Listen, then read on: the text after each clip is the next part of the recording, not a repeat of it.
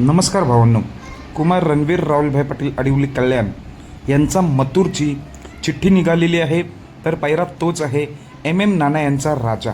नाना यांचा राजा आणि मथुर ही जोडी आपल्याला उद्या मालशिरस हिंद केसरी मैदानात पळताना दिसणार आहे. तर चिठ्ठी निघाली आहे गट क्रमांक 10 मध्ये तास 3.